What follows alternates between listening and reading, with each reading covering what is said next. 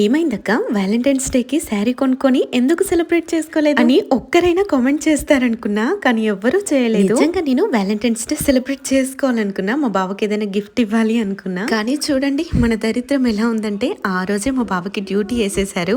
ఏం చేస్తాం ఇక, ఏం చేయలేం కదా, సైలెంట్ గా ఉండిపోయాను. ఇక పనసకాయ బిర్యానీ ఎలా చేశానంటే same chicken biryani process. First అయితే పనసకాయలను సన్నగా కట్ చేసుకుని ఆయిల్ లో ఫ్రై చేసేసాను. రొటీన్ గా చికెన్ కి ఎలా మసాలాలు పట్టిస్తానో పనసకాయలకు కూడా అలానే మసాలా పట్టించేసాను. కానీ ఈ రోజు బిర్యానీ కోసం అయితే బాస్మతి రైస్ యూజ్ చేయట్లేను, ఇంట్లో రెగ్యులర్ గా వాడుకునే రైసే యూజ్ చేస్తున్నాను. బిర్యానీ టేస్ట్ ఎలా వస్తుందో ఏమో అని చెప్పి కొంచెం క్వాంటిటీ చేశాను, కానీ నిజంగా పనసకాయ బిర్యానీ చికెన్ బిర్యానీకి ఏ మాత్రం తీసిపోలేదు. చాలా బాగుంది, పిల్లలు కూడా ఇష్టంగా తిన్నారు. అంతా బానే ఉంది, కానీ ఒక్కటే అసలు ఫ్లాప్ అయిపోయింది. ఏంటంటారా, ఫ్రైడ్ ఆనియన్స్ మాడిపోయాయి కొద్దిగా. అది కూడా మా చిన్నోడి వల్లే. ఉన్నట్టుండి ఇద్దరు పిల్లలు కొట్టుకుంటుంటే వాళ్ళ దగ్గరికి వెళ్ళాను, అటెళ్ళి ఇటు వచ్చే లోపే మాడిపోయాయి అనమాట. అదండి సంగతి. ఇంతవరకు చూసారు కదా, లైక్ చేసి వెళ్ళండి.